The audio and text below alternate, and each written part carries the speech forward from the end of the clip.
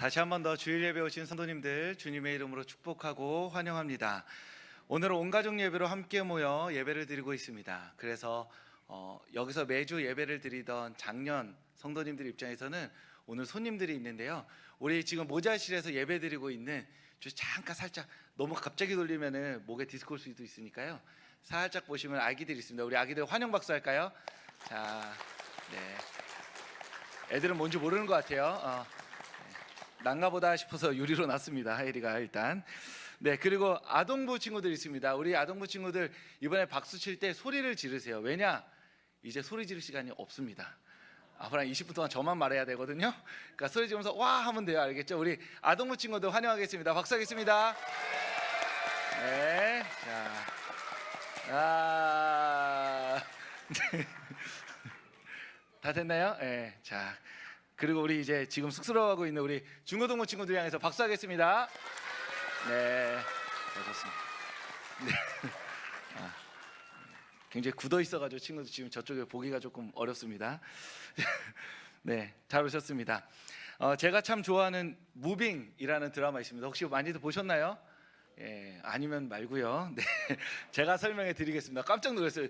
지금 여기 와서 한 6개월 만에 처음으로 아니오 소리를 설교 시간에 들어가지고 제가 세팅을 바꾸겠습니다. 아무튼 제가 좋아하는 무빙이라는 드라마 있습니다. 거기 구룡포라는 주인공이 있는데 이 사람은 초능력이 있습니다. 엄청나게 강력한 재생 능력. 그러니까 다쳐도 금방 낫죠.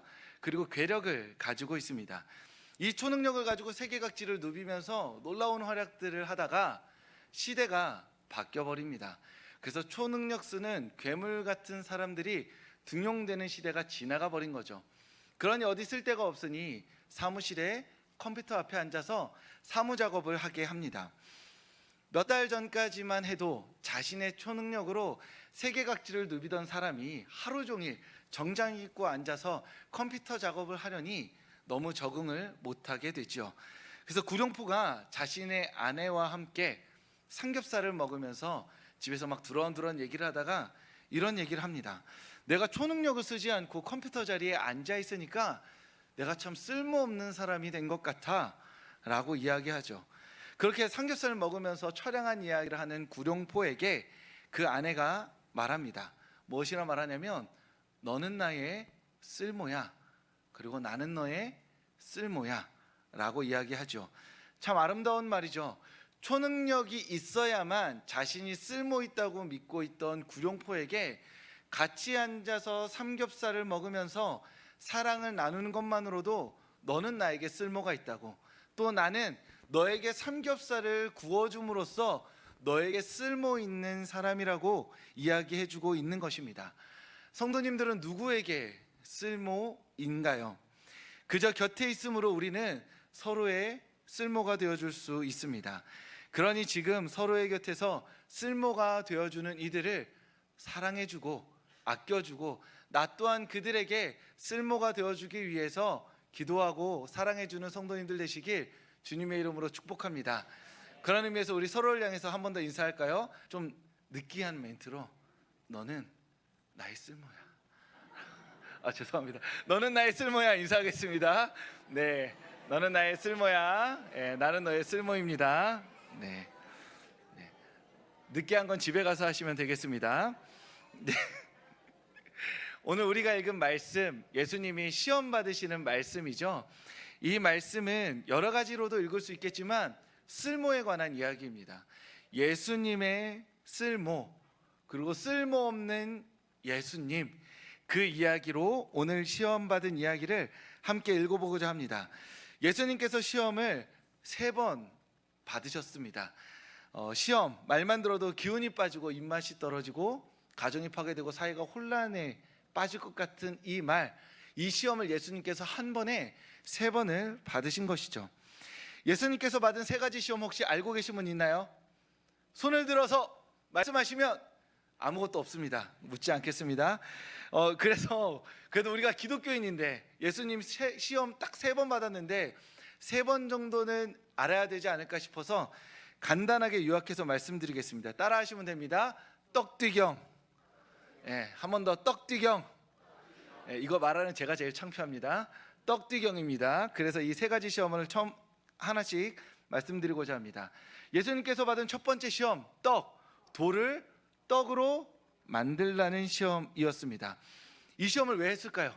예수님이 40일 동안 광야에서 금식하셨어요. 아무것도 안 먹고 기도만 하셨습니다. 엄청나게 몰입함으로써 앞으로 자신이 살아가야 될 삶을 준비하는 시간을 광야에서 가지셨던 거예요. 그런데 40일 동안 먹지 않았으니 배고프겠죠. 마귀가 와서 돌을 떡으로 만들어 먹어라 라고 말합니다. 이 시험은 네가 너의 배고픔을 해결할 능력이 있는지 묻는 시험입니다. 너의 문제를, 네가 가진 삶의 어떤 장애물들을 이겨나갈 힘이 너에게 있느냐 없느냐를 묻는 시험인 것이죠. 만약에 예수님께서 이 시험을 거절하신다면 어떤 사람이 되냐면 나의 배고픔을 해결할 수 없는 무능력자가 됩니다. 너의 배고픔, 너의 욕망, 너의 필요를 스스로 해결할 수 없는 쓸모없는 놈이라는 딱지가 붙게 되는 것이죠. 그래서 이런 딱지가 붙기 싫어서 아니야, 난 돌을 떡으로 만들 수 있어. 그래서 눈앞에 있는 돌을 떡으로 만들어서 먹습니다. 그러면 배가 부르겠죠. 하지만 배는 다시 고파옵니다. 그럼 어떻게 해야 될까요? 또 돌을 떡으로 만들어서 먹어야 합니다. 이것이 계속 반복되는 거예요.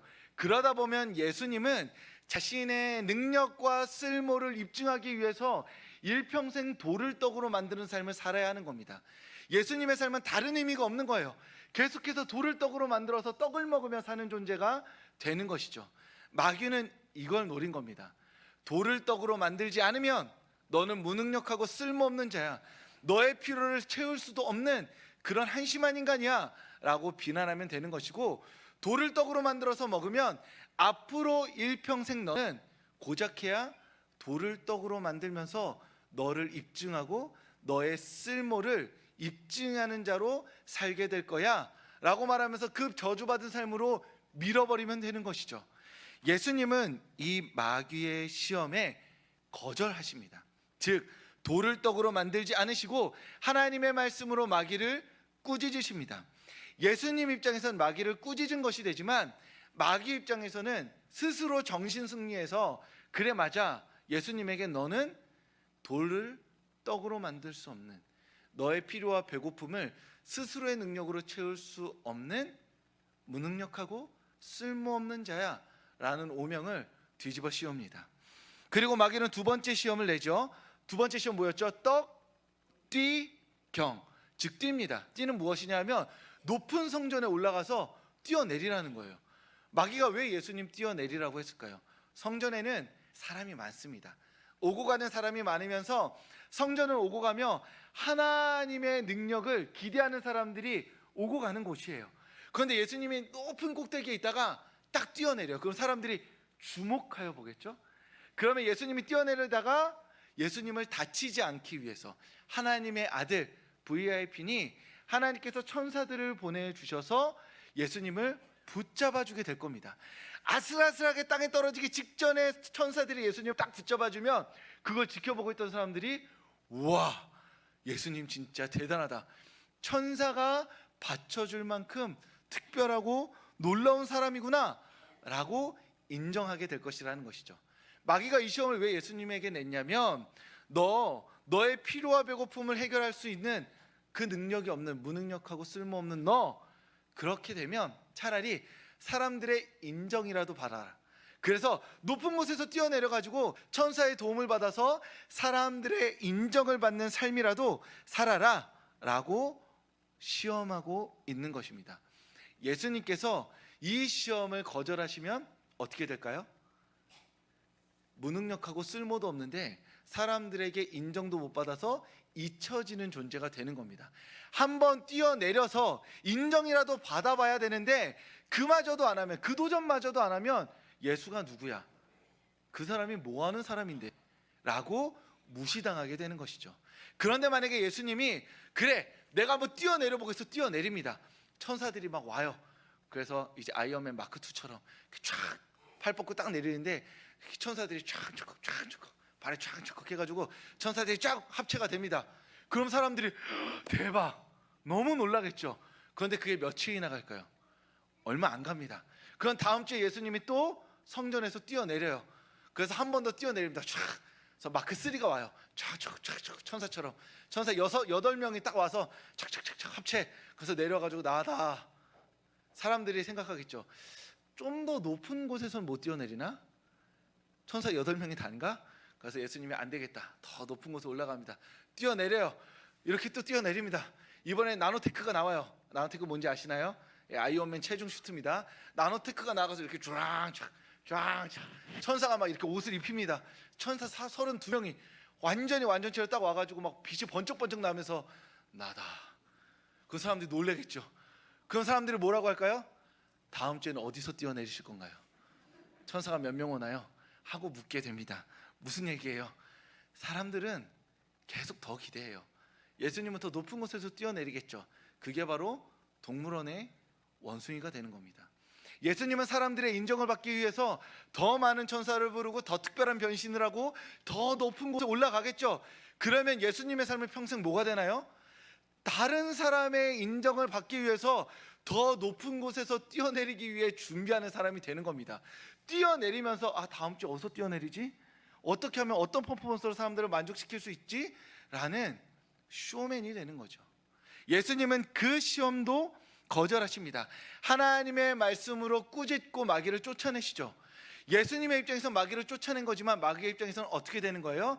너는 무능력하고 쓸모도 없고 사람들에게 인정도 받지 못하는, 그렇게 사람들에게 잊혀질 자다라는 오명을 씌우는 겁니다.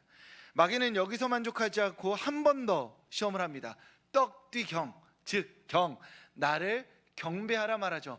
내 앞에 절하면, 경배하면 세상의 모든 것들을 주겠다고 말합니다. 밸런스 게임이에요.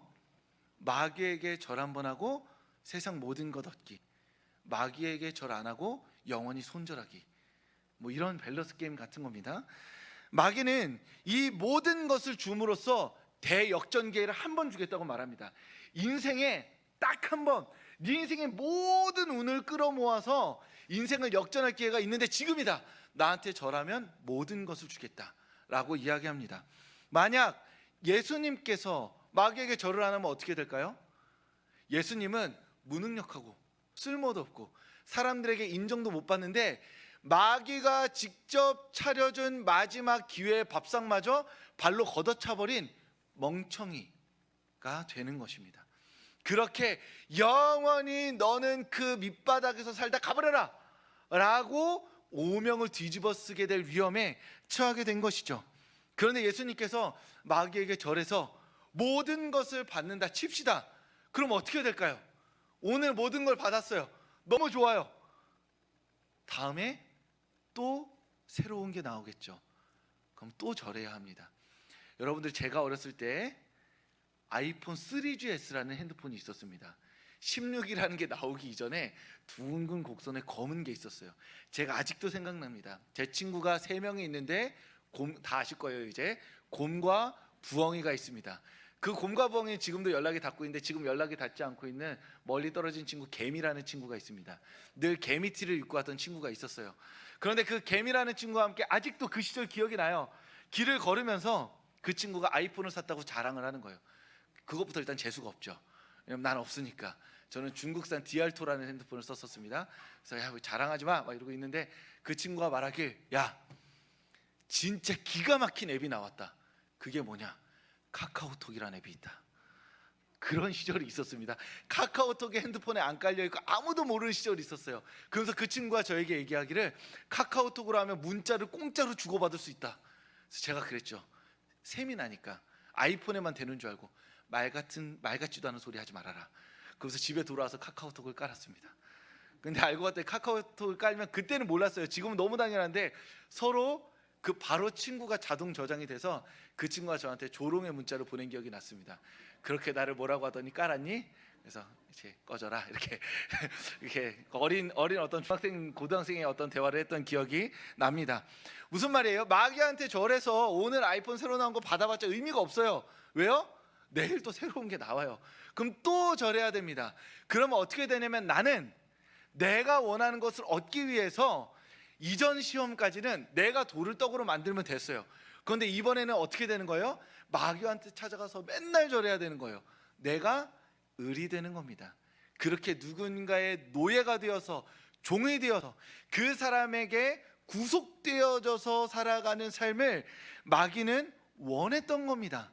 그래서 네가 나의 종이 되어라 라는 마음으로 이 세 번째 시험을 한 것이죠. 예수님은 똑같이 반응합니다.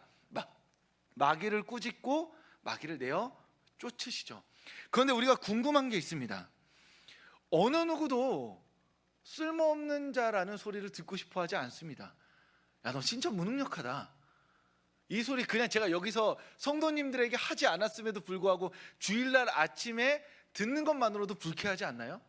야, 진짜 쓸모없는 사람들 이라고만 딱 여기까지 제가 잘라서 말해도 듣자마자 이렇게 기분이 안 좋아지잖아요.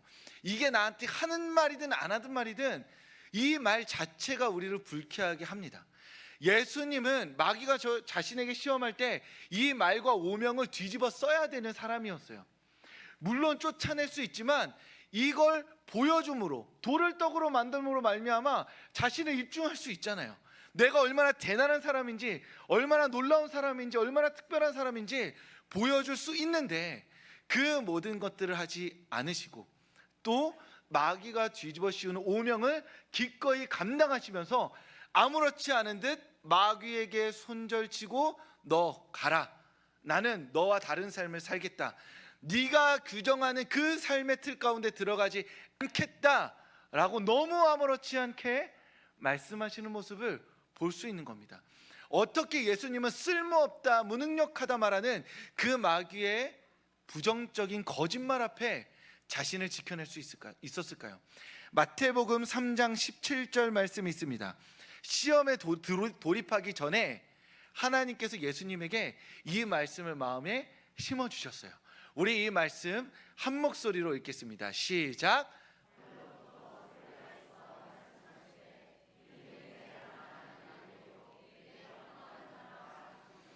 아멘.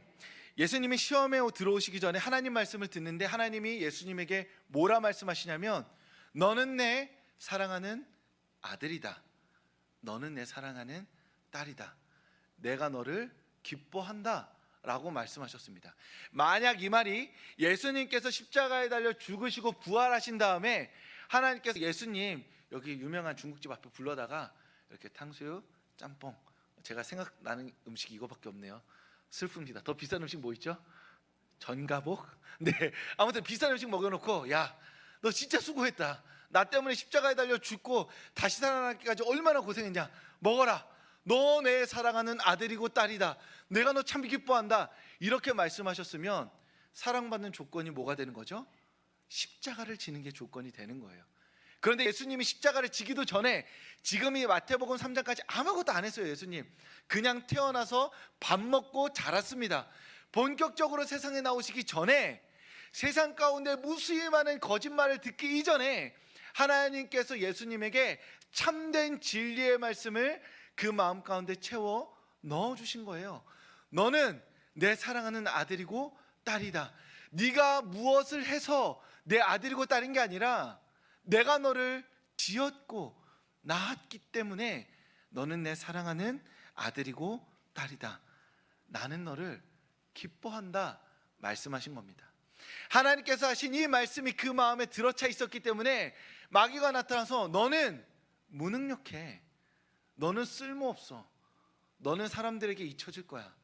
네가 하는 모든 성취 아무것도 아니야 라는 말에 하나님께서 자신을 지키실 수 있었던 것이죠. 하나님께서 예수님에게 심어주신 이 말씀이, 이 아름답고 참된 진리의 말씀이 예수님의 삶을 채웠기에 예수님은 세상 가운데서 하나님의 사랑받는 아들이자 딸로 하나님의 기쁨 받는 자로 살아갈 수 있었던 것입니다. 그 하나님께서 오늘도 우리에게 이 자리 가운데 말씀하고 계십니다. 너는 내 사랑하는 아들이다. 너는 내 사랑하는 딸이다. 내가 너를 기뻐한다. 내가 무엇을 해서가 아니라 내가 너를 지었기 때문에, 내가 너를 낳았기 때문에 너를 내 아들과 딸이라 부르고 내가 너를 기뻐하겠다. 그러니 세상이 말하는 온갖 거짓말들, 온갖 나쁜 말들, 네가 너를 입증하고 증명하고 너의 쓸모를, 너의 가치를 드러내라고 말하는 그 거짓말에서 벗어나서 이 사랑 안에 거하라 라고 주님께서 오늘 우리에게 말씀하고 계신 것입니다. 오늘 예배에 나오신 성도님들 누구신가요? 각자 이름이 있으시겠죠. 직업이 있으실 겁니다. 자신을 규정하는 어떤 말과 의미가 있으실 겁니다. 그런데 그 모든 것들 다 떨어져 나가면 여러분들 누구신가요? 여러분들이 가진 것들, 이것이 영원히 내 것이라고 믿었던 그 모든 것들 다 잃어버리고 나면 여러분 뭐가 남나요? 여러분이 그렇게 공부 옛날에 왕년에 잘했어도 지금은 왕년에 잘했던 것뿐이죠. 여러분이 가진 재산, 건강, 그리고 사랑하는 사람들, 아무튼지 간에 여러분을 규정하는 모든 가치들, 사실 그거 다 옷 같은 거잖아요. 다 벗겨져 버릴 것이고 아무것도 아닌 게 될 거잖아요. 그렇게 남았을 때 여러분은 여러분을 향해서 무엇이라 말씀하시겠습니까? 그 아무것도 아닌 순간에 이 말씀을 기억하시기 바랍니다. 그 순간을 위해서 하나님께서 오늘 성도님들에게 이 말씀을 하고 계십니다. 너는 내 사랑하는 아들이고 내 딸이다.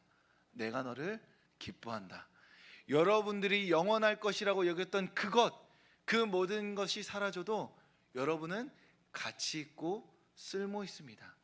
왜냐하면 하나님의 사랑받는 아들이고 딸이기 때문입니다. 그러니 지금 우리를 향한 하나님의 말씀에 귀 기울이시기 바랍니다. 성도님들은 다시 한번 반복합니다. 하나님의 사랑받는 아들이고 하나님의 사랑받는 딸이며 하나님이 기뻐하는 한 사람입니다. 하나의 이야기로 오늘 설교를 마치고자 합니다. 최근 젊은 영화 배우들 중에 두각을 나타내는 박정민이라는 배우가 있습니다. 혹시 알고 계실까요? 네, 짜증내는 연기로는 우리나라 1등입니다. 그 얼굴을 보면 와 진짜 짜증이 나 있구나, 매사에 짜증을 잘 내는구나 라는 사람이 있습니다. 그런데 이 배우가 돌연 나는 1년 연기 쉬겠다라고 말하고 출판사에 매진하겠다라고 말합니다. 즉 출판사를 차려놓은 게 있었는데 이번 1년 동안 출판사에서 책을 내며 제대로 활동해 보겠다라고 이야기를 하죠. 그리고 책을 냈는데 김금희 작가의 첫 여름 완주라는 책입니다. 이 책의 특별한 점이 무엇이냐면 이 책의 기획이 듣는 소설이라는 데 있습니다. 보통 책은 종이책이 나와요. 그 다음에 전자책이 나옵니다. 그 다음에 듣는 책, 즉 오디오북이 나옵니다. 순서가 이렇게 돼요. 많이 팔려야 다음 책이 나옵니다. 그런데 박정민 배우는 오디오북을 먼저 냅니다.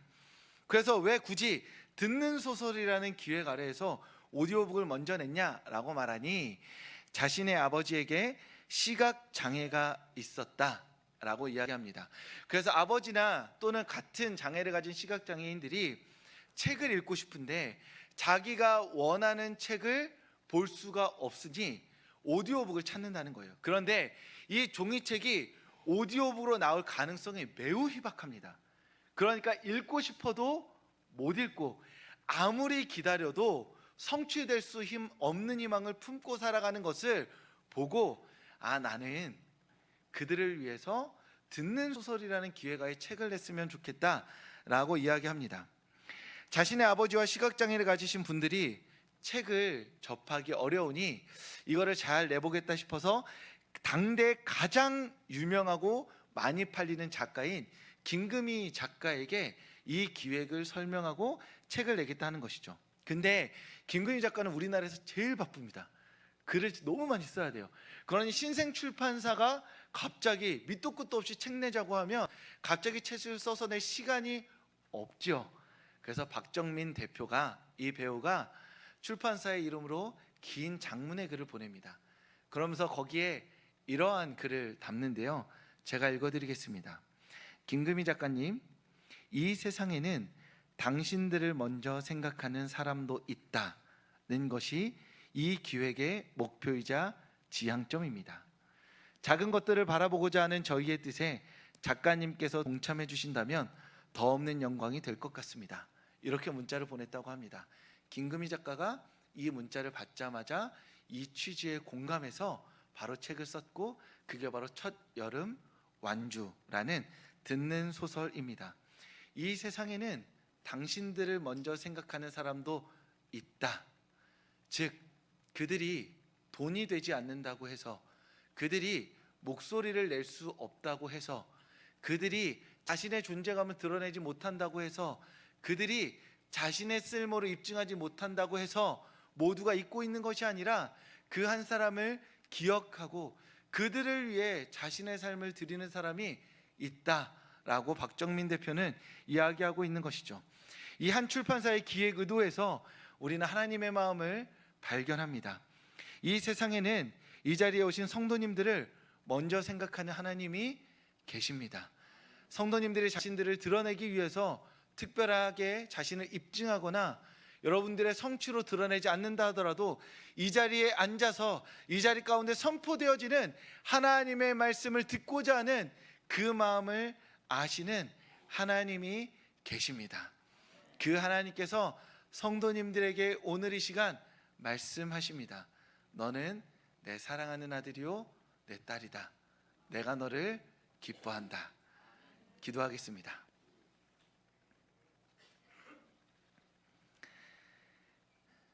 하나님, 오늘 우리를 이 예배의 자리 가운데 불러주셔서 감사합니다. 이번 한 주 많은 일들이 있었습니다.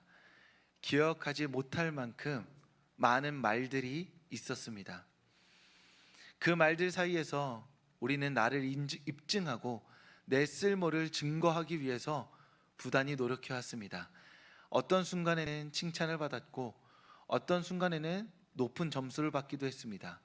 하지만 어떤 순간에는 나의 쓸모를 의심하고 내가 정말 가치 있는 사람인지 좌절하기도 하였습니다. 하나님, 그 세상의 거짓말들 사이에서 다시 용기 내어 하나님 앞에 나왔습니다. 그저 이 자리에 앉았사오니 하나님, 우리에게 말씀하여 주시옵소서. 너는 내 사랑하는 아들이라고, 너는 내 사랑하는 딸이라고, 내가 너를 기뻐한다고. 그러니 세상의 거짓말 가운데서 이 자리에 나와 하나님의 사랑 안에 머무르라고 주님 우리에게 말씀하여 주시옵소서. 주님의 사랑은 우리의 마음에 머금고 다시 세상에 나아갑니다. 우리가 살아가는 세상은 다시 우리가 얼마나 잘난 사람인지, 우리에게 어떤 능력이 있는지 우리의 쓸모를 입증하라고 체근하게 될 것입니다. 하나님, 그때 우리 마음에 머금은 하나님의 사랑으로 말미암아 용기 내게 하여 주시옵소서. 사랑으로 함께 하시는 하나님과 동행함으로 말미암아 세상의 거짓말에 낙심하는 것이 아니라 하나님의 사랑으로 용감하고 씩씩하게 오늘 하루를, 이번 한 주를 살아가는 우리 모두가 되게 하여 주시옵소서. 하나님, 우리를 한 가족으로 불러주셔서 감사합니다. 우리의 사이에 하나님의 사랑으로 채워 넣어 주시옵소서. 사랑으로 하나 된 우리 서울교회 가운데 하나님의 은혜를 허락하여 주시옵소서. 사랑합니다. 예수님 이름으로 기도합니다. 아멘.